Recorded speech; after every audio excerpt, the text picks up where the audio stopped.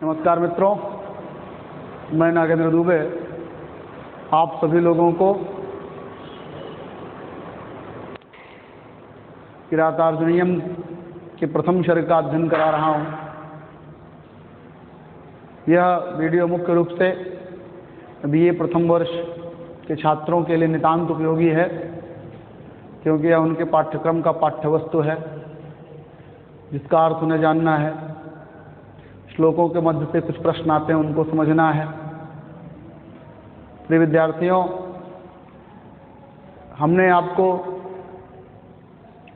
प्रथम सर्ग के ही 32 अर्थात 32 श्लोकों का अध्ययन कराया था और किरातार्जुनीयम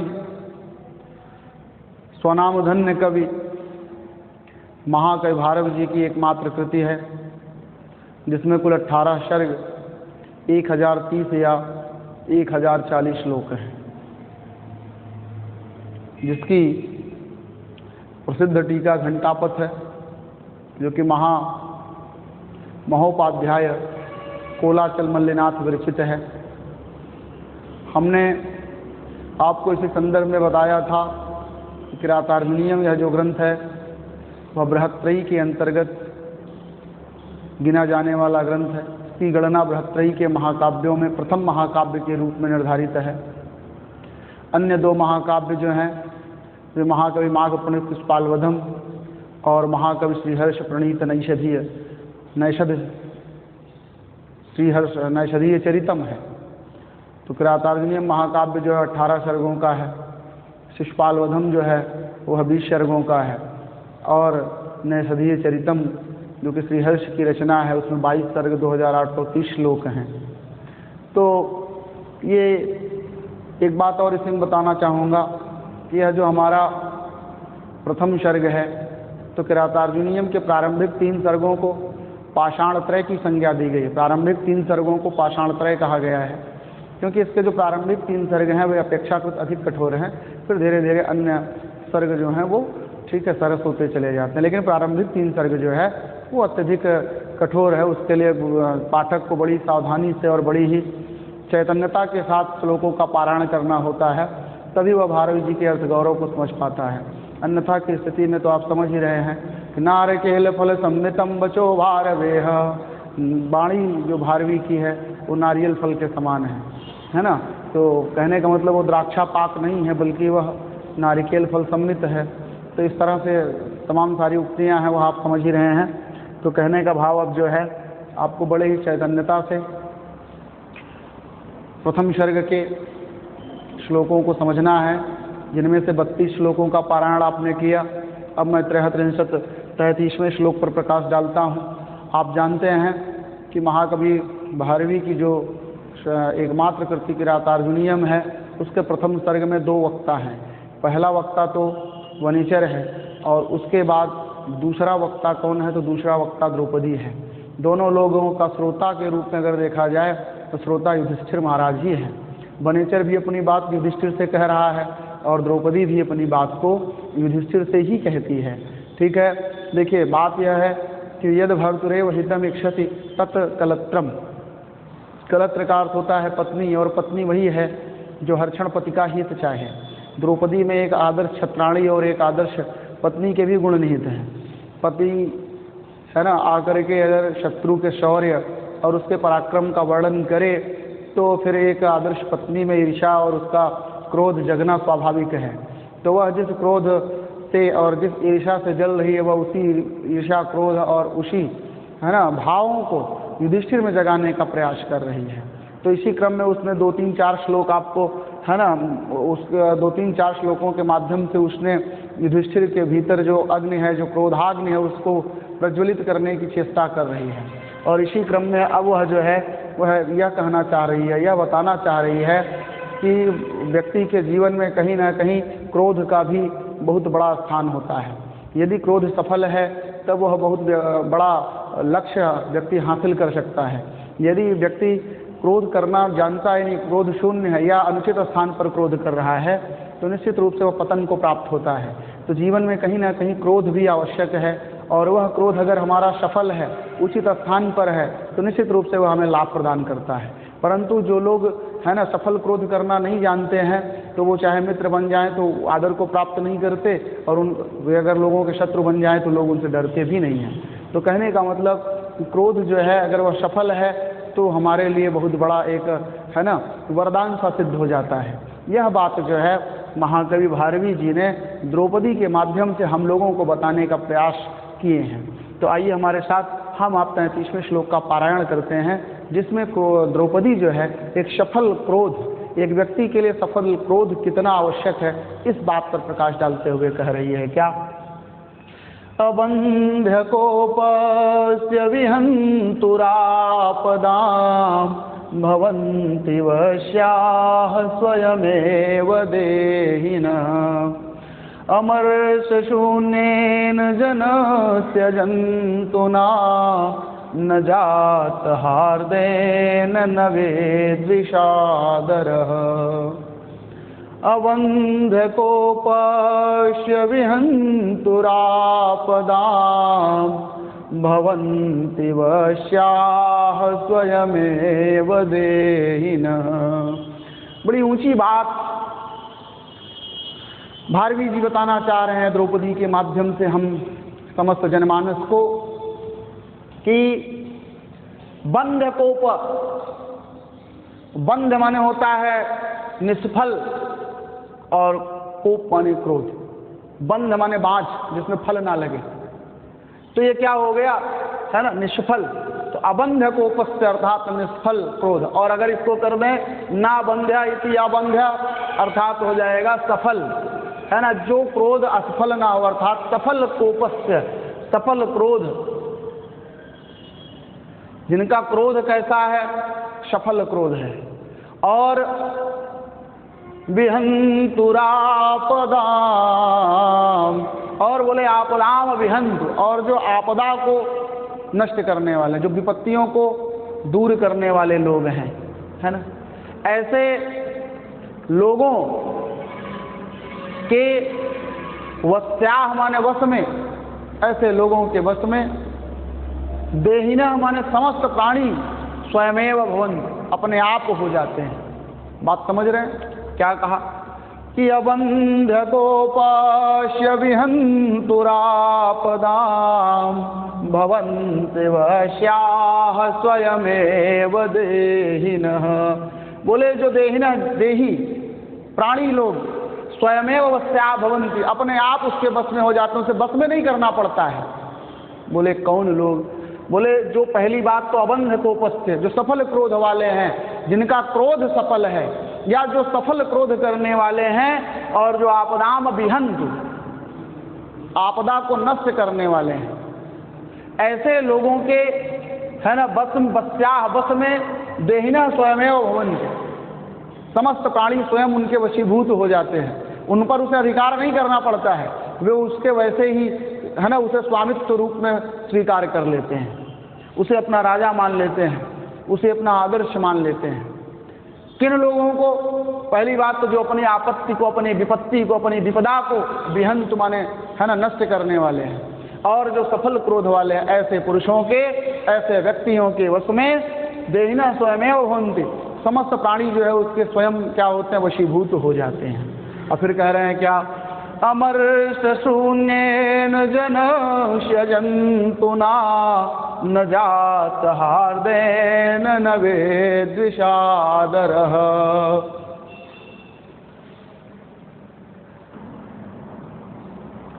अब यहाँ पर ये बता रहे हैं कि अमर्षशून्येन जन्तुना, अमर्ष, अमर्ष का अर्थ होता है क्रोध, और शून्य माने रहित, क्रोध से रहित, जंतुना माने व्यक्ति के, क्या क्रोध से रहित व्यक्ति के हार्देन जात, हार्द, हार्द अर्थ हुआ सुहृद, मित्र बन जाने पर, अमर्षशून्येन जनस्य जन्तुना न जात हार्देन न वेद्विषादरः।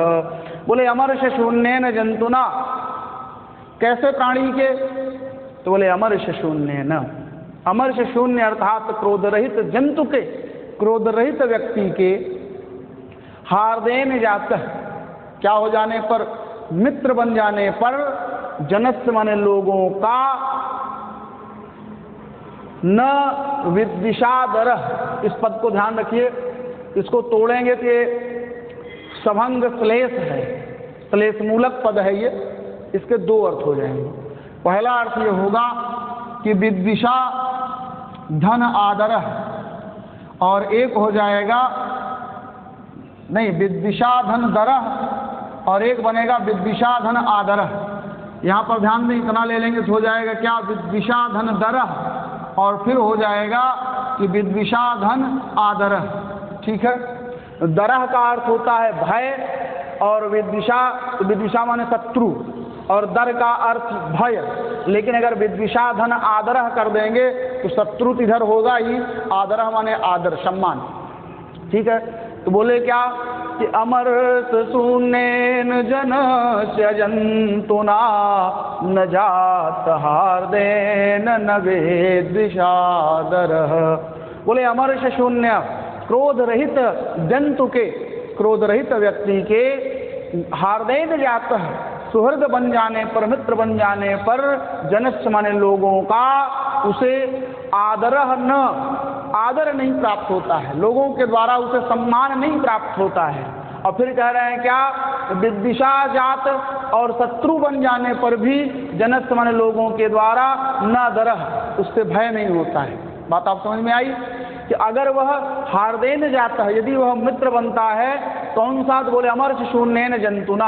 अमर्ष शून्येन जंतुना अर्थात क्रोध शून्य, क्रोध रहित जंतु, क्रोध रहित जंतु माने व्यक्ति, प्राणी, हार्देन जाता है, यदि किसी का मित्र बनता है तो जनस्य माने लोगों के द्वारा न आदर, उसे आदर नहीं प्राप्त होता है। बोले जनस्य माने लोगों के द्वारा न आदर, उसे आदर नहीं प्राप्त होता है। और अगर वही व्यक्ति विद्विषा, शत्रु बन जाए, तो शत्रु बन जाने पर भी न दरह, उससे किसी को भय नहीं, उससे किसी को भय नहीं लगता है। तो इस तरह से यह भाव बताने का प्रयास किया गया।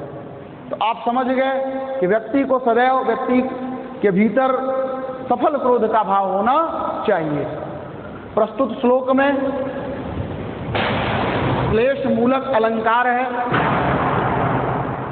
क्योंकि विद्विषा धन आदर और विद्विषा धन दर, तो ये तो क्या है, ये श्लेष है। और अगर यहाँ पर वाह इधर का है ना, वाह, तो ये सब क्या है, ये सब के शब्द जो है अनुप्रास अलंकार में भी आ जाएंगे। और इसमें जो छंद है वह वंशस्थ छंद है, क्योंकि वंशस्थ छंद कितने वर्णों का होता है, तो 12 वर्णों का। उसका लक्षण क्या है, जतौ तु वंशा समुदीरितं जरौ, जतौ तु वंशा समुदीरितं जरौ। जगण तगण जगण और रगण के क्रम से कितने वर्ण हो, 12 वर्ण होते हैं। तो वहाँ कौन सा छंद होता है, वंशस्थ छंद होता है। भाव आप पूरा समझ गए। अब मैं अगले श्लोक पर प्रकाश डालता हूँ।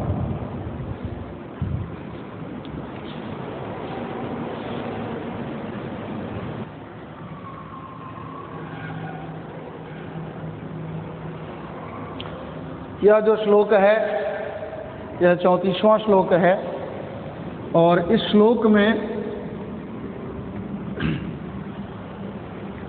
द्रौपदी महाराज युधिष्ठिर को उनके भाइयों की जो दुर्दशा है, उनका साम्राज्य छिन जाने से उन्हें किस तरह का दुख का सामना करना पड़ रहा है, इन्हीं समस्त बातों से वह उन्हें अवगत करा रही है। और अवगत करा करके यह सिद्ध करना चाहती है कि आप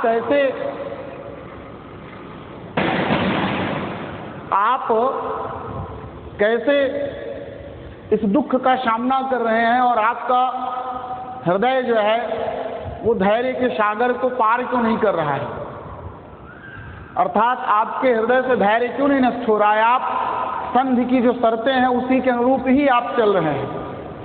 अरे आपका जो राज्य है वह छल से जीता गया है, तो आप भी उस राज्य को छल से जीतें, क्योंकि युद्ध व्यवस्था से आपका राज्य नहीं जीता गया है। आप जो है वनवास और अज्ञातवास इस तरह का जो एक लंबी अवधि का इंतजार कर रहे हैं, उससे अच्छा है कि आप भी छलपूर्वक अपने राज्य को, अपनी लक्ष्मी को आप हस्तगत कर लें। यह बात उन्हें समझा रही है, परंतु वह इन्हीं सारी भावनाओं को सीधे सीधे ना कह करके अब बारी बारी पहले भीम का, फिर अर्जुन का, फिर नकुल सहदेव का, फिर स्वयं उन्हीं का, उनकी क्या दयनीय दशा है, इन्हीं सबका वर्णन कर रही है। तो वह सबसे पहले भीम की दयनीय दशा का उल्लेख करते हुए कह रही है क्या? तो भीम की दयनीय दशा का उल्लेख करते हुए कह रही है, कहती है कि परिभ्रमल्लोहित चंदनोचितः पदातिरंतर गिरिरेणुरूषितः महारथः सत्यधनस्य मानसं दुनोति नौकाचिदयं वृकोदरः। देखिए, एक एक बात को बड़े अच्छे से समझा रही है कि यह जो भीम है, जिन्हें वृकोदर कहते हैं, भेड़िए के समान उदर वाला, वृकोदर है ना, भेड़िए के समान पेट वाला, जिसका पेट भेड़िए के तुल्य बड़ा हो, जो बहुत भोजन करता हो। तो कहने का आप इस वृकोदर को देखिए, जो पहले कभी मस्तिष्क में लाल चंदन का लेप करके मस्त घूमता था, और आज यही भीम कैसे घूम रहा है? तो बोले एक पर्वत से दूसरे पर्वत एकदम धूल से सना हुआ पागलों की तरह घूम रहा है। क्या इसे देख करके मुझे लगता है कि आपका मन जो है वह शांत बैठता है? क्या इससे आपका मन जो है वो खिन्न नहीं होता है? इन सारी बातों को बताने का प्रयास कर रही है। तो देखें कैसे कहती है, कह रही है, परिभ्रमल्लोहित चंदनोचितः पदातिरंतर गिरिरेणुरूषितः। बोले पदाति पैदल ही, अंतःगिरि, पदाति है अंतःगिरि रेणुरूषितः। पदाति माने पैदल ही, अंतःगिरि एक पर्वत से दूसरे पर्वत, एक गिरि से दूसरे गिरि में, रेणुरूषिता धूल से सना हुआ, अयम वृकोदरः, अयम वृकोदर यह भीम। बोले सत्य धनस्य मानसम नोदनोति कच्चिदयम। भला सत्य धन, सत्य संध अर्थात आपके मन को कच्चिद माने मुझे लगता है कि नोदनोति व्यथित नहीं करता है, यह समझाने का प्रयास कर रही है। और ऊपर जरा सा देखे तो कह रही है क्या कि परिभ्रमल्लोहित चंदनोचितः। कह रहे हैं कि परिभ्रमत माने घूमते हुआ, कैसे? तो बोले लोहित चंदनोचित। लोहित, लोहित का अर्थ होता है क्या? लाल। लोहित, रोहित और रक्त, इसका अर्थ होता है लाल। तो बोले लोहित, लोहित का अर्थ लाल, और चंदनोचित, चंदन से उचित माने लिप्त। तो बोले पहले यहाँ पर इतना जोड़ना है कि पूर्व में लोहित चंदनोचित, लाल चंदन का लेप करके, परिभ्रमण माने घूमने वाला, ऐसे कर लें। किंतु अब पदात माने पैदल ही, अंतःगिरि एक पर्वत से दूसरे पर्वत में, परिभ्रमण माने घूमता हुआ, रेणुरूषितः, रेणुरूषिता अर्थात धूल से सना हुआ, कच्चिद, तो कच्चिद के आगे अयम वृकोदरः, अयम वृकोदर, यह वृकोदर, वृकोदर अर्थात भीम, यह भीम कच्चिद लगता है, अर्थात मुझे प्रतीत होता है कि सत्य धनस्य मानसम, सत्य धन के, सत्य संध के, अर्थात महाराज युधिष्ठिर के मन को है ना, नोदनोति, मुझे लगता है कि व्यथित नहीं करता है। एक पद छूटा, महारथ, इसको कहाँ ऐड करेंगे? इसको यहीं ऐड कर देंगे कि क्या? लोहित चंदनोचित, लाल, लोहित, रोहित, रक्त, ये सबका अर्थ होता है लाल। तो लाल चंदन है ना से लिप्त मस्तिष्क वाला महारथा माने महारथी भीम, है ना। किंतु अब पैदल ही अंतःगिरी, अंतर्गिरी, अंतर्गिरी का अर्थ हुआ कि एक पर्वत से दूसरे पर्वत परिभ्रमण माने घूमता हुआ, रेणुरूषितः, रेणुरूषित माने धूल से सना हुआ, अयम वृकोदर, यह विकोदर, कच्चिद, है ना, मुझे लगता है कि सत्य धनस्य माने सत्यसंध अर्थात आप युधिष्ठिर के मानसम माने मन को नो दुनोत माने अव्यथित नहीं करता है। आप कैसे भाई हो, ये कहने का उसका भाव है कि अरे कोई व्यक्ति होता वो अपने भाई को, है ना, पागलों की तरह एक जंगल से दूसरे जंगल में बिल्कुल धूल से सना हुआ घूमता हुआ, है ना, मारा मारा फिरता हुआ देख करके किसी का भी मन क्या होगा, युद्ध के लिए पिघल जाएगा, छल के लिए प्रवृत्त होगा कि वह अपने खोए साम्राज्य को प्राप्त कर ले। परंतु आप हैं कि हाथ पे हाथ धरे बैठे हुए हैं, यह आपको शोभा नहीं देता है। आप तो बिल्कुल मुनियों की तरह धैर्य, शांत, इन समस्त, है ना, सिद्धियों के सहारे ही बैठे हुए हैं। इससे आपका कार्य सिद्ध नहीं होने वाला। आप तो एक राजा हैं और राजा के लिए जो एक कर्तव्य है उसका आप पालन करें, यह बताने की चेष्टा कर रही है द्रौपदी। तो ये बात आपके समझ में आ गई होगी प्रिय विद्यार्थियों।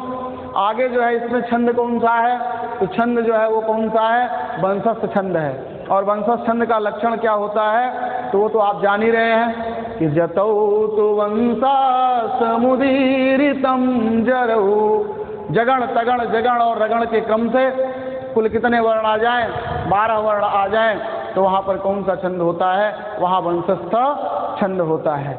अच्छा, इसके बाद यहाँ पर आप ये देखे होंगे कि भीम के लिए तमाम सारे विशेषण प्रयुक्त किए गए। अच्छा, यहाँ कौन सा अलंकार है, तो परिकर अलंकार है, ठीक है। और रीति जो है वो कौन सी है, तो वैदर्भी रीति है। और गुण जो है वह क्या है, प्रसाद गुण है, ठीक है। अब मैं आगे 35वें श्लोक पर प्रकाश डालता हूँ।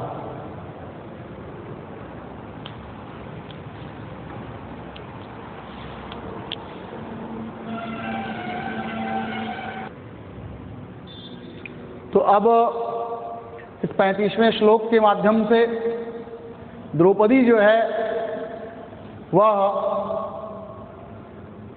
अर्जुन की क्या दशा है, अर्थात अर्जुन की जो दयनीय दशा है उसका उल्लेख कर रही है।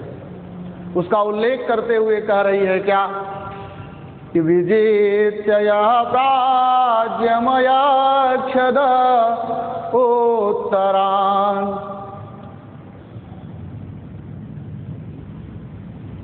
तो देखिए जरा सा फिर से द्रौपदी कह क्या रही है कि विजित्य प्राज्यमयाक्षदोत्तरान् कुरून् कोप्यं वशुवाशवोपमः सवल्कवांसांसि सवाधुनाहरन् करोति मन्युं न कथं धनंजयः। एक एक बात को बड़े अच्छे समझा रही है। देखिए यहाँ पर क्या है, एक नाम की भी सार्थकता है। अर्जुन का नाम क्या है, धनंजय। धनंजय किसके लिए आता है, अर्जुन के लिए। धनम जयति इति धनंजयः, जो धन को जीतने वाला है वही कौन है, धनंजय है। इस नाम की सार्थकता पर भी भारवी जी यहाँ पर प्रकाश डाले हैं, है ना। तो धनम जयति इति धनंजयः, जो धन को जीत लेता है, धन को जीतने वाला है, उसे ही क्या कहते हैं, धनंजय कहते हैं। तो यहाँ पर देखें तो कह रहे हैं कि विजित्य प्राज्यमयाक्षदोत्तरान् कुरून् अकोप्यं वसुवाशवोपमः सवल्कवांसांसि तवाधुनाहरन् करोति मन्युं न ततं धनंजयः। कह रहे हैं क्या कि वाशव उपमः, वाशवोपमः, वासव शब्द का अर्थ होता है इंद्र, ठीक है। तो वासव उपमः, इंद्र की उपमा वाला, अर्थात इंद्र के समान पराक्रमी, इंद्र के समान पराक्रम वाला। तो वासव उपमः, इंद्र के समान पराक्रमी। बोले इंद्र के समान पराक्रमी कौन, तो बोले अर्जुन, है ना। इंद्र के समान पराक्रमी धनंजय माने अर्जुन, यह माने जो अर्जुन विजित माने जीत करके। क्या जीत करके? तो बोले प्राज्यम, प्राज्यम और मां में हलंत करेंगे तो अयक्षद उत्तरान। ठीक है, एक एक पद को समझें कि विजित यह प्राज्यम अयक्षद उत्तरान। तो वासवोपमः इंद्र के समान पराक्रमी, यह माने जो अर्जुन उत्तरान कुरुन, देखें यहां से, तो उत्तरान कुरुन, उत्तर कुरु देश को, उत्तर कुरु देश को विजित माने जीत करके, प्राज्यम, प्राज्यम का अर्थ होता है बहुत अधिक, खूब।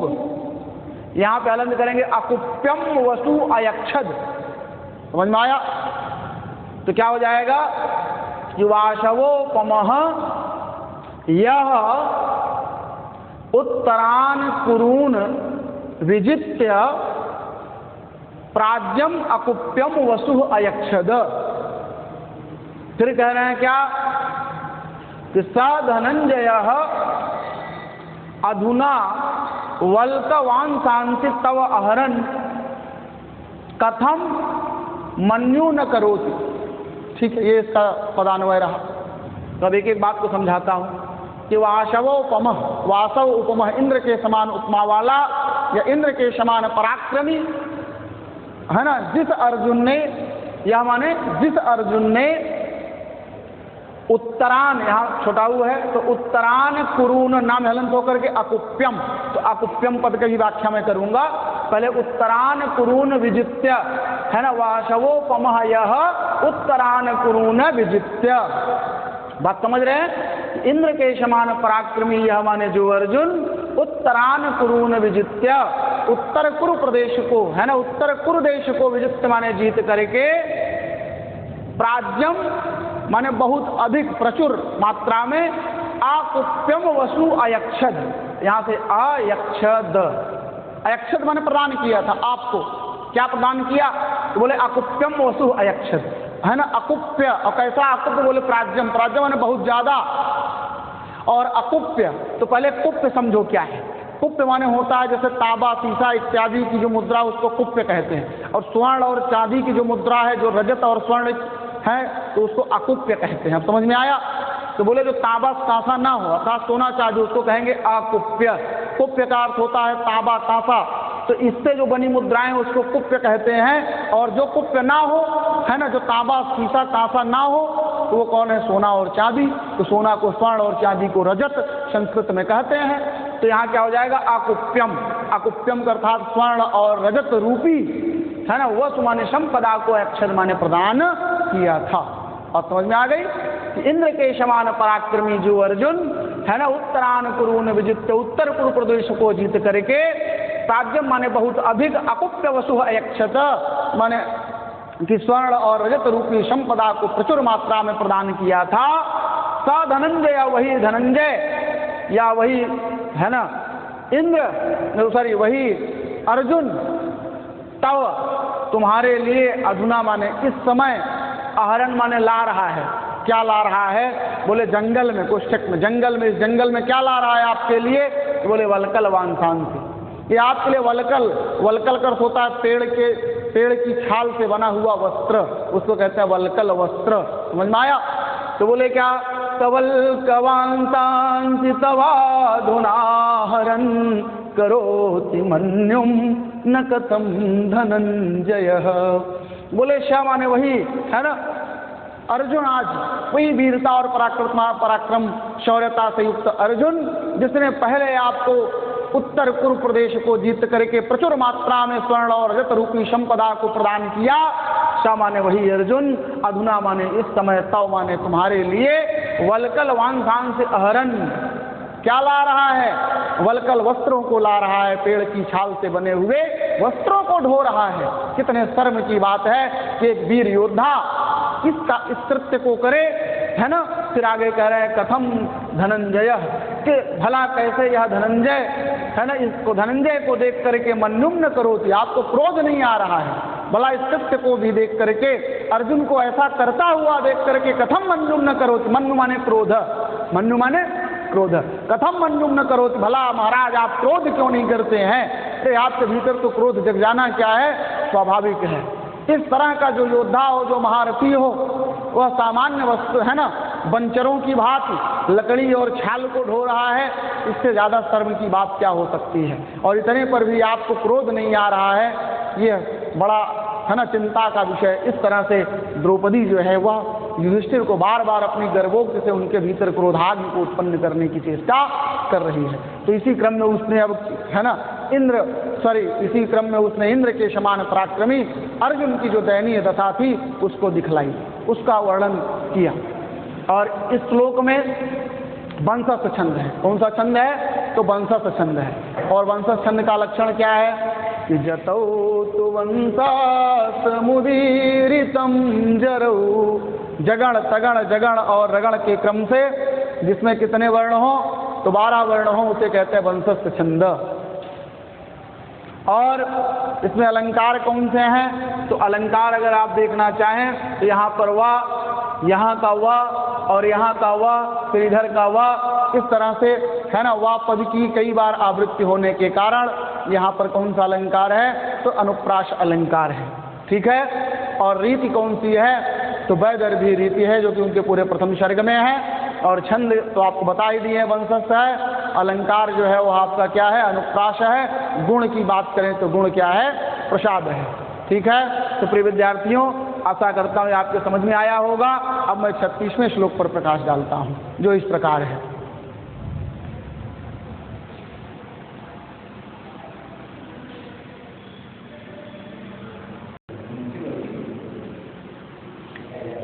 तो ये जो 36वां श्लोक है, इसमें भी द्रौपदी जो है वह युधिष्ठिर के क्रोध को, उनके उत्साह को जगाने का प्रयास कर रही है।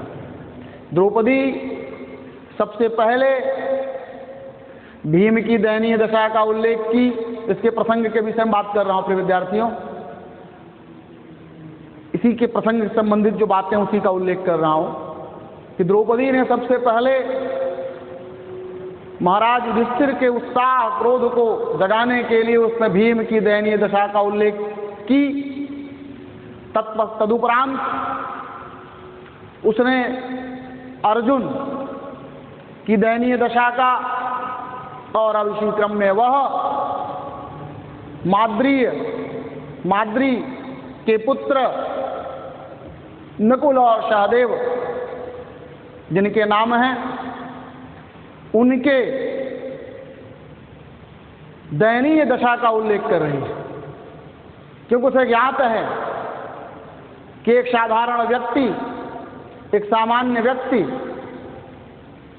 अपने परिवारगत दयनीय स्थितियों को देख करके उसमें सुधार करने की अपेक्षा करता है। तो युधिष्ठिर महाराज हो सकता है कि इस परिस्थिति से निकलने का प्रयास करें, जो कि उन्हें भाग्य ने नहीं बल्कि शत्रुओं द्वारा प्राप्त हुई है।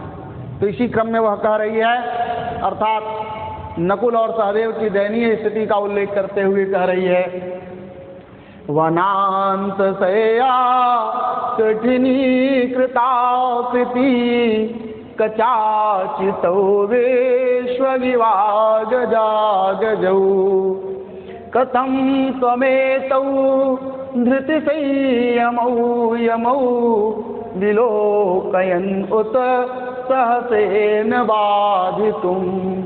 फिर एक बार देख लीजिएगा, वनांत सया कठिनी कृताकृति कचाचितो विश्वविवाग जागजौ कथं त्वमेतौ धृतिसंयमौ यमौ विलोकयन् उत सहसेन बाधितुम् विलोकयन् उत सहसेन बाधितुम्। बात समझ में आ गई? इसको पूरा तोड़ेंगे तो विलोकयन् उत सहसेन बाधितुम्। ठीक है। अब यहाँ पर ध्यान दीजिएगा, कह क्या रही है कि वनांत सैया, वनांत सैया माने वन भूमि रूपी, है ना, वनभूमि रूपी सैया पर शयन करने के कारण कठिनीकृत कठिन हो गई है आकृति माने चेहरा स्वरूप जिनका। वन भूमि रूपी सैया पर सोते रहने के कारण कठिनीकृताकृति तोड़ लेंगे तो कठिनीकृत आकृति जिनकी आकृति बड़ी कठोर हो गई है। कहने का भाव उसका यह है कि ये एक राजकुमार नहीं दिख रहे, बल्कि ये बनेचर संप्रदाय से दिखने वाले लोग हैं, ये जनजाति लगने लगे हैं। ये ऐसे लग रहे हैं जैसे बहुत कठोर, माने कोई राजकुमार नहीं, कोमल राजकुमार सुकुमार राजकुमार की बात नहीं दिख रहे, ये तो एकदम मजदूर जैसे दिखने लगे जिनकी आकृति बड़ी कठोर है ना। बात आप समझ में आई।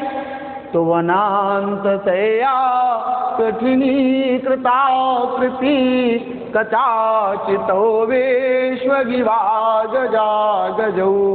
वन भूमि रूपी शैया पर सोने के कारण कठिनीकृताकृति जिनकी आकृति कठिनीकृत माने एकदम कठिन हो गई है। आकृति माने आकृति चेहरा स्वरूप है ना, आकार। कठिनीकृत माने जो बिल्कुल कठोर हो गया है। और बोले क्या कि विश्वक माने सब ओर से कचाचितौ। तो कच अचितौ, कच माने होता है बाल, और है ना अचितौ माने घिरे हुए, और सब ओर से है ना बालों से घिरे हुए। और बोले इव माने मानो, अगजौ गजौ। तो अगजा अर्थात पर्वत, अग ध्यान दे, अगजौ। तो यहाँ पर आ और ग, अग माने होता है ग माने गमन करे, और अग ना गह जो ना गमन है, जो गमन नहीं करे, अर्थात कौन पर्वत। तो अग माने पर्वत, और जा माने जन्म लेने वाले, अर्थात पर्वतीय। जो पर्वत में जन्म लेगा उसे क्या कहेंगे, पर्वतीय। जो समाज में रहे, समाज में जन्म से क्या कहते हैं, सामाजिकी, है ना। तो इसी तरह से क्या बोले कि अग माने पर्वत, और अगजौ तो द्विवचन में। क्यों? क्योंकि गजौ है ना दो पर्वतीय हाथी, ठीक है। तो बोले क्या कि कचाचितो विश्वगिवा गजौ गजौ, अगजौ गजौ विश्वग इव अगजौ गजौ। तो बोले विश्वग माने चारों ओर से, कचाचितो माने बालों से बिल्कुल घिरे हुए, है ना, बिल्कुल बालों से क्या चारों ओर घिर गए हैं। और बोले क्या अगजौ गजौ इव माने तरह, उपमावाची पद है। अगजौ गजौ का अर्थ ये हुआ कि अग माने पर्वत, और ज माने जन्म लेने वाले, अर्थात पर्वतीय। गजौ माने हाथियों की तरह, पर्वतीय दो है ना इसलिए द्विवचन का प्रयोग, पर्वतीय हाथी की भांति। यहाँ फिर देखें, कथम तमेतौ धृति संयमौ यमौ विलोकयन्न उत्सहसेन बाधितुम। बोले कि सब ओर से कच माने बालों से घिरे हुए, और अगजौ गजौ पर्वतीय हाथियों की तरह, है ना। यहाँ देखें कि तौ यमौ, ऐसे देखें तौ यमौ। बोले तौ माने वे दोनों, तौ यमौ अर्थात वे दोनों, ठीक है। तौ यमौ अर्थात वे दोनों, तुम वे दोनों, है ना, अर्थात कौन, तो वे दोनों कोष्ठक में आप कर देंगे नकुल और सहदेव को।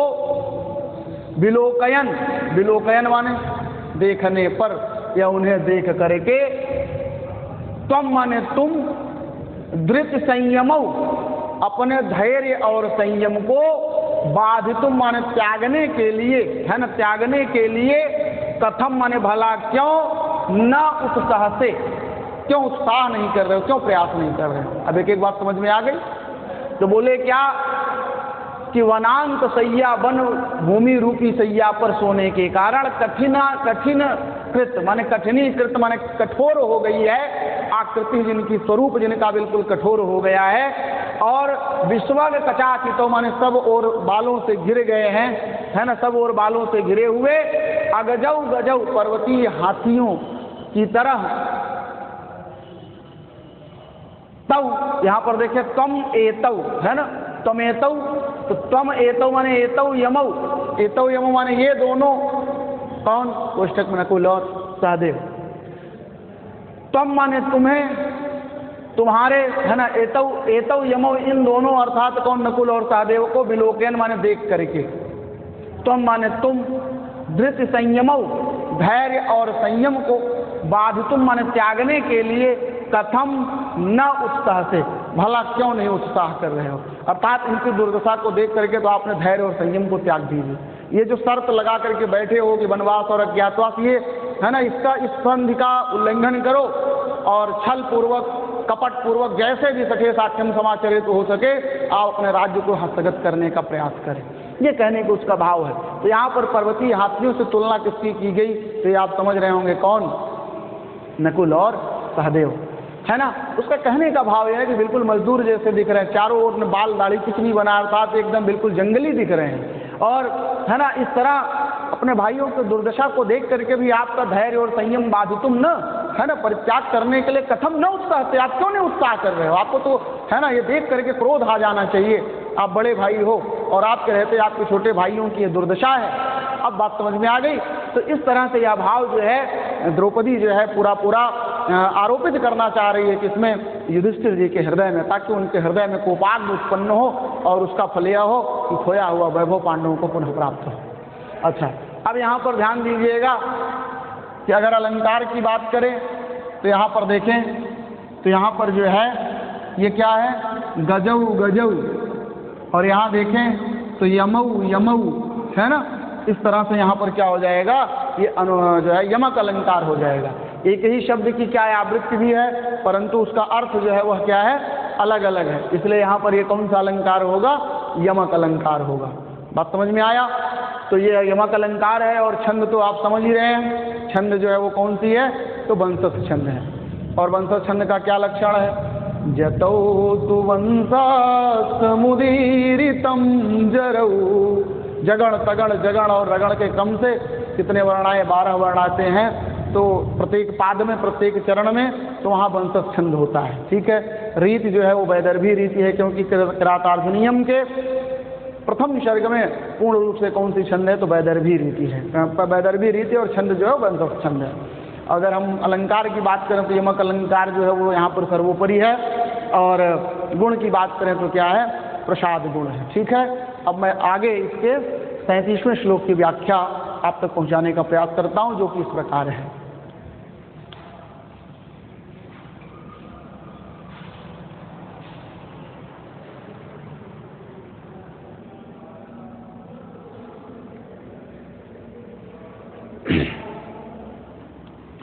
तो प्रिय विद्यार्थियों, 36 श्लोकों का पारायण करने के बाद इसी क्रम में 37वें श्लोक का स्थान आता है, और इसमें द्रौपदी, है ना, अपने ज्येष्ठ पति युधिष्ठिर की जो दुर्दशा है, उनकी जो दयनीय दशा है, उसका उल्लेख करने के पूर्व वह उसकी भूमिका बना रही है, अर्थात कहना तो चाह रही है, लेकिन एकाएक उनकी विपत्तियों का उल्लेख ना करके उन विपत्तियों के संदर्भ में एक भूमिका बना रही है ना। जैसे आप कोई बात कहना चाहते हैं किसी से, तो अगर आप तुरंत उस बात को कह देते हैं तो हो सकता है वह व्यक्ति उस बात को गंभीरता से ना ले, परंतु जब आप थोड़ी सी भूमिका बनाने के बाद आप अपने विषय वस्तु को रखते हैं तो वह ज़्यादा प्रभावात्मक होता है। तो इस तरह से द्रौपदी जो है वह युधिष्ठिर के हृदय पर अपनी बात का प्रभाव है ना, उसका जो प्रभाव है वह देखना चाहती है। तो इसके लिए वह क्या करती है कि पहले महाराज युधिष्ठिर जी की जो विपत्तियां हैं उनको ना कह करके सिर्फ विपत्तियां कह करके एक भूमिका बना रही है। वह कहती क्या है, इमामहं वेद न तावकीं धियं विचित्र रूपा खलु चित्तवृत्तयः विचिन्तयन्त्या भवदा पदं परां रुजन्ति चेतः प्रसभं ममाधयः। एक एक बात को बड़े गंभीरता से वह समझाने का प्रयास कर रही है।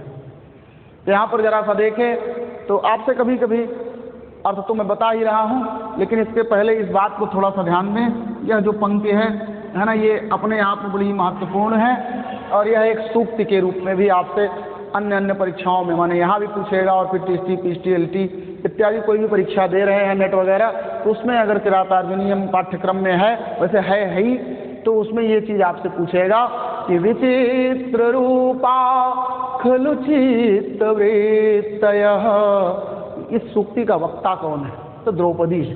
ठीक है, इसका क्या अर्थ मैं बताता हूँ। तो यहाँ द्रौपदी कह रही है, इसका वक्ता क्या है? द्रौपदी है। बात समझ में आया? इसके वक्ता कौन है?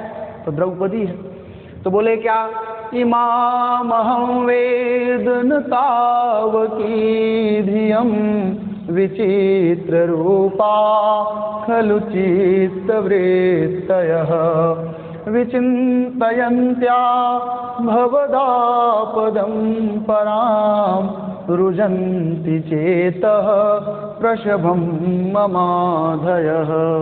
एक एक बात को ध्यान से देखें। बोले क्या? किन्ना वेद नहीं जानती हूँ। क्या बोली द्रौपदी? किन्ना वेद नहीं जानती हूँ। इमाम माने इस, इमाम धियम वेद न, है ना, अहम, इमाम अहम वेद न तावकीम धियम, तावकीम धियम तुम्हारी बुद्धि, तावकीम धियम माने तुम्हारी बुद्धि को, है ना। इमाम माने इस, तो इमाम माने इस, है ना, तो तावकीम माने तुम्हारी, तो यहीं से ले लें। तावकीम माने तुम्हारी, इमाम माने इस, धियम माने बुद्धि को, अहम न वेद, अहम माने मैं, न वेद नहीं जानती हूँ। भाई सही बात है। आपकी जो बुद्धि है वह क्या सोच रही है, क्या विचार कर रहे हैं आप, आपके मन में क्या चल रहा है, तो ये तो मनोवैज्ञानिक भी, है ना, बहुत हद तक प्रमाणिक रूप से नहीं बता सकता है। बहुत बताएगा, एक दो बातें बता सकता है, लेकिन आपके बुद्धि के विचार क्या है इसको कोई पढ़ ले, तब तो फिर साक्षात ईश्वर ही है। तो कितनी ऊंची बात द्रौपदी कह रही है। इमामहं वेद न तावकी धियम, तो इमाम, है ना, तावकीम माने तुम्हारी, इमाम माने इस, धियम माने बुद्धि को, अहम न वेद मैं नहीं जानती हूँ। और फिर कह रही क्या? विचित्र रूपा खलु चित्तवृत्तयः, खलु माने निश्चित ही, चित्तवृत्तयः चित्त की वृत्तियाँ, चित्त के जो वृत्ति हैं, चित्त के जो व्यवहार हैं, वो विचित्र रूपा, उसके विचित्र रूप हैं, उसके अनेक रूप हैं। ठीक है, देखें जरा सा। तो बोले क्या कि तावकीम तुम्हारी, इमाम इस, धियम माने बुद्धि को, अहम न वेद मैं नहीं जानती हूँ। कौन कह रही है? द्रौपदी। ठीक है, फिर कहती क्या है? विचित्र रूपा खलु चित्तवृत्तयः, खलु माने निश्चित ही, चित्त की जो वृत्तियां हैं, चित्त के जो व्यवहार हैं, विचित्र रूपाः, उसके कितने रूप हैं? बोले विचित्र रूपाः, उसके अनेकों रूप हैं। बात आप समझ में आई? तो विचित्र रूपाः खलु चित्तवृत्तयः, बोले ये जो चित्त के व्यवहार होते हैं वे कैसे हैं? तो बोले बड़े ही विचित्र रूप के होते, उसके अनेक रूप होते हैं। थोड़ा सा 1 मिनट चाहूँगा आपका समय। यहाँ पर अगर आप वेदांत दर्शन को पढ़े होंगे तो वहाँ चित्त के, है ना, चित्त अर्थात अंतःकरण के 4 भेद हैं, मन, बुद्धि, चित्त और अहंकार। अंतःकरण, है ना, चतुर्धा 4 प्रकार का माना गया है किसमें? वेदांत दर्शन में। उसमें यह बताया गया कि क्या क्या? तो मन, बुद्धि, चित्त और अहंकार। मन क्या है? मन विकल्प देता है, संकल्प और विकल्प, लाल है या पीला है, इस तरह का जब व्यवहार अंतःकरण में होने लगे तो जान लीजिए मन कार्य कर रहा है। इसी तरह से हरे को हरा, लाल को लाल, यह ज्ञात होने लगे, माने जो जैसा वैसा ही प्रकट होने लगे, तो अंतःकरण में बुद्धि बिल्कुल प्रभाव है, बुद्धि बिल्कुल कार्य कर रही है, उसमें बुद्धि का ही, है ना, प्राबल्य हो जाता है। तो मन, बुद्धि। अब बात आई चित्त की, तो चित्त क्या है ना, जैसे कोई वस्तु आपकी खो जाती है, या आप हाथ में मोबाइल लिए हैं, उसको आप कहीं रख दिए, फिर भूल गए, अब वहाँ पर विकल्प माने मन कार्य नहीं करेगा, बुद्धि भी काम करना बंद कर दी। अब आप इस तरह से हाथ रखते हैं और सोचते हैं मोबाइल कहाँ है, कहाँ है, कहाँ है, तो ये जो आप खोज वृत्ति है इसे ही कहते हैं चित्त। समझ में आया? अनुसंधानात्मिका वृत्ति है, जो अंतःकरण की अनुसंधानात्मिका वृत्ति है उसे ही क्या कहते हैं? चित्त कहते हैं। यह योग जो है वेदांत दर्शन में बताया गया। फिर उसके बाद आता है कि अहंकार। अहंकार माने होता अभिमानात्मिका अंतःकरण वृत्ति। अभिमान माने जो अहंकार की बात आती है तो उसे ही क्या कहते हैं? अहंकार कहते हैं। अभिमानो अहंकार, जब अभिमान भरी बात हो तो वहाँ अहंकार होता है। तो न मन काम करता है, न बुद्धि काम करते, न चित्त करता है, तब अहंकार का अंतःकरण में प्राबल्य हो जाता है, उसकी अधिकता हो जाती है, तो व्यक्ति को अहम भाव उत्पन्न होने लगता है। बात समझ में आया? और इसी तरह से अगर जो चित्त वृत्तियों की बात आई तो योग दर्शन अगर जो बच्चा पढ़ा होगा, ये जो लोग एमए में पढ़ेंगे उनको मालूम चलेगा कि चित्त जो है उसकी कितनी वृत्तियां हैं, तो 5 वृत्तियां हैं। क्षिप्त, मूढ़, विक्षिप्त, एकाग्र और निरुद्ध। ये पतंजलि ने है ना योग दर्शन में ये बात बताई कि क्षिप्त, मूढ़, विक्षिप्त, एकाग्र और निरुद्ध, ये जो है चित्त की क्या है 5 भूमियां हैं। उसी तरह से उन्होंने कहा कि विचित्र रूपा खलु चित्त वृत्तयः।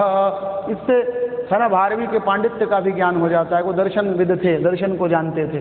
तो विचित्र रूपा खलु चित्त वृत्तयः, बोले चित्त की जो वृत्तियां हैं, जो व्यवहार हैं, उसके विचित्र रूप, उसके अनेक रूप होते हैं। ठीक है, एक रूप नहीं होते हैं।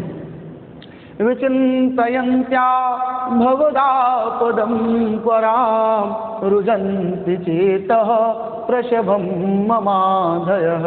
बोले भवत आपदाम, भवत पराम आपदाम। अब समझ में आया?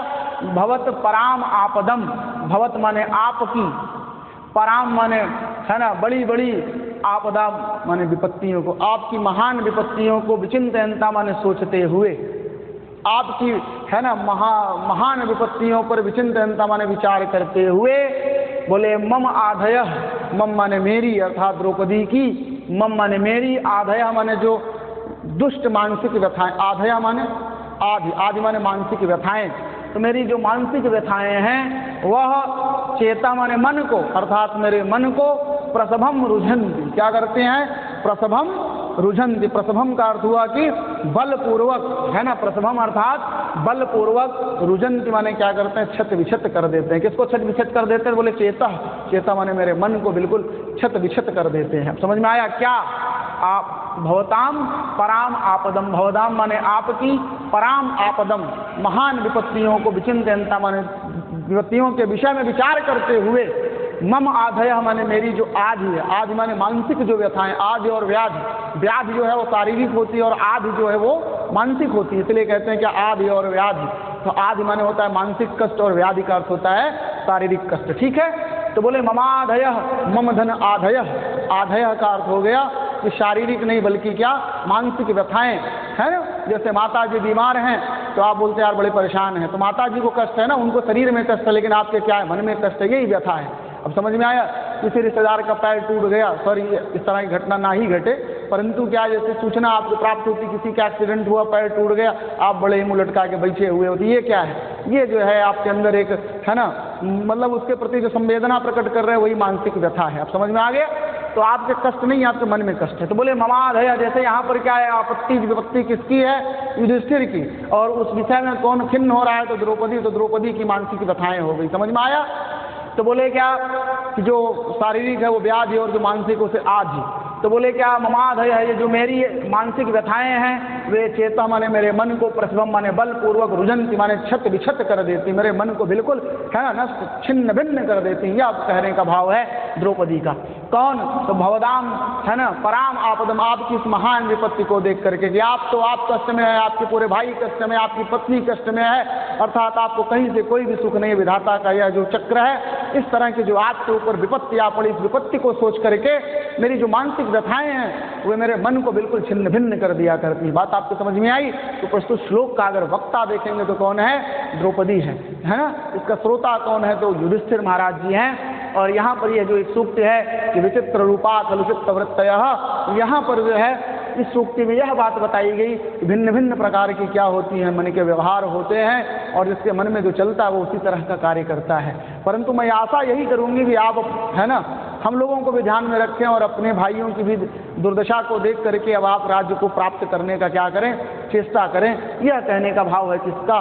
द्रौपदी जी का। ठीक है, अब मैं इसमें जो छंद है वो आप समझ रहे हो, वंशज छंद है। अलंकार की बात अगर करें तो इसमें जो है हो जाएगा काव्यलिंग अलंकार हो जाएगा। हेतु वाक्य पदार्थत्वम काव्यलिंगम निगाध्यते, क्योंकि यहाँ पर एक हेतु दिया गया है। क्या हेतु दिया गया? कि मेरी मानसिक व्यथाएं मेरे मन को छिन्न भिन्न कर देंगी। बोले क्यों कर देंगी? तो उसका हेतु दिया गया कि आपकी विपत्तियों को सोच सोच करके, विचिंतयन्ता, आपकी विपत्तियों को विचार करके। समझ में आया? तो हेतु वाक्य पदार्थत्वम काव्यलिंगम निगद्यते इति काव्य प्रकाशः, माने हेतु पदार्थ वाक्यत्वम। अगर किसी पदार्थ में यह घटना ऐसे घट रही, उसका हेतु दिया जाए तो वहाँ पर क्या होता है? काव्यलिंग अलंकार होता है। ठीक है, रीति जो है वो वैदर्भी रीति है, और गुण की बात करें तो प्रसाद गुण है। तो अगर ये आपको समझ में आ गया तो बहुत ही अच्छी बात है। अब मैं 38वें श्लोक पर प्रकाश डालता हूँ, जो कि इस प्रकार है।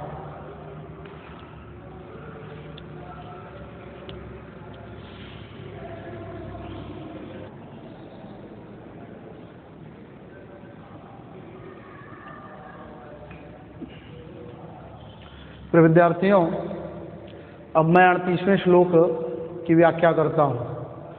37वें श्लोक में द्रौपदी ने युधिष्ठिर से संबंधित, युधिष्ठिर की दयनीय दशा से संबंधित भूमिका, उसका उपक्रम किया, उसकी भूमिका बनाई, और अब वह सीधे सीधे युधिष्ठिर महाराज के दुखों का उल्लेख कर रही है कि जो आपको दुख प्राप्त हुआ उनमें सबसे पहले उसका वर्णन कर रही है। पहला दुख आप समझने की कोशिश करिए।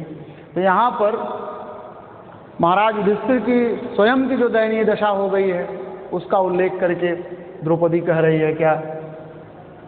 पुराधिरूढ़ शयनम महाधनम विबोध्य श्रेयः स्तुतिगीति मंगलैः अदाभ्रदर्भामधिशयसा स्थलीं जहास्य निद्रामसि वै शिवारुतैः।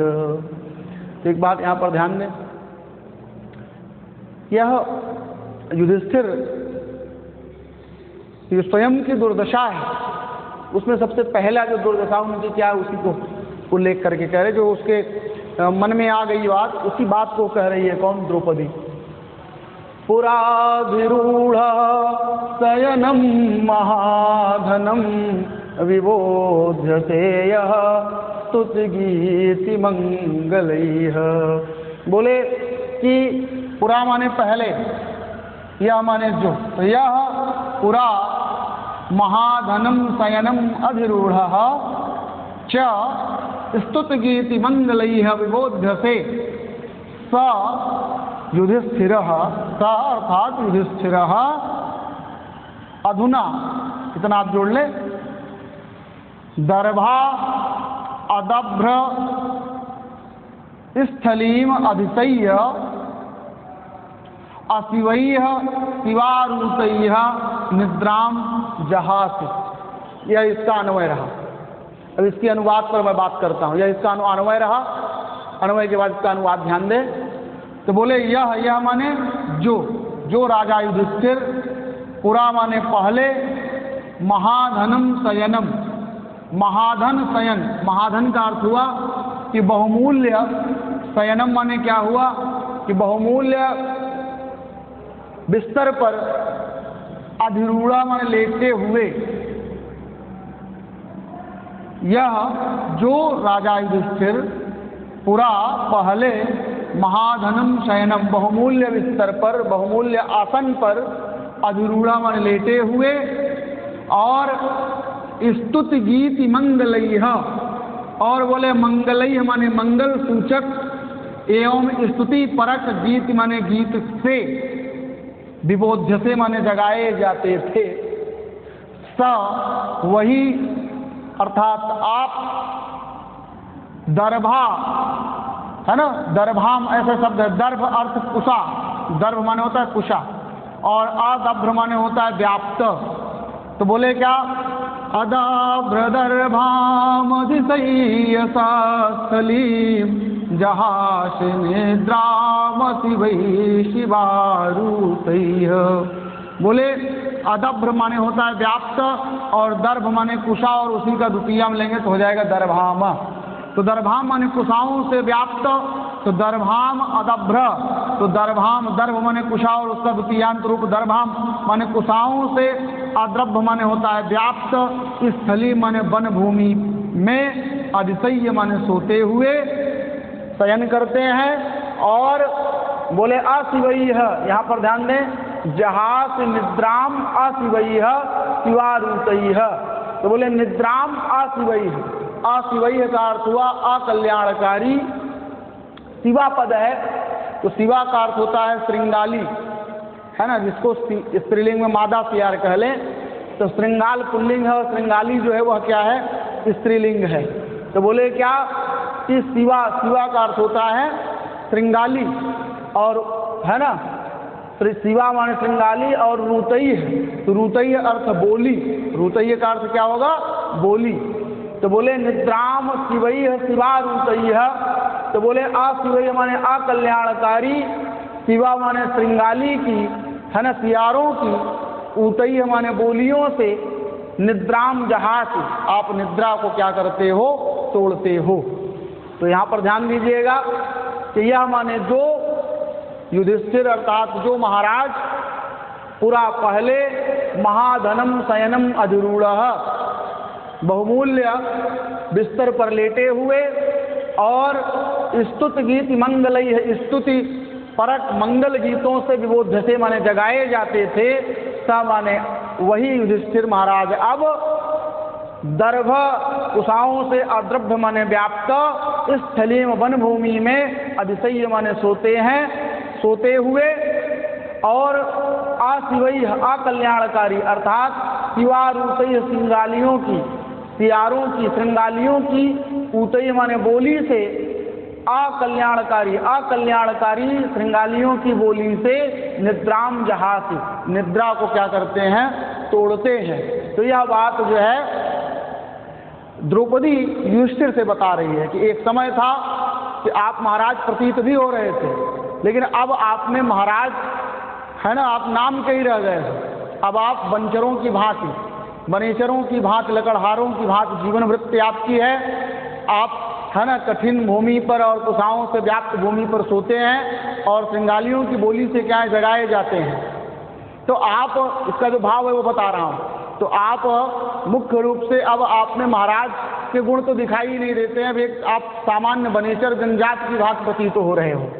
तो इस तरह से आप अब क्या करिए, अपने इस भोले मुग्धेपन का परित्याग करके अपने क्षत्रियोचित कर्तव्य का निर्वहन करें। ये द्रौपदी समझाने का जो उसका भाव है वो यही है।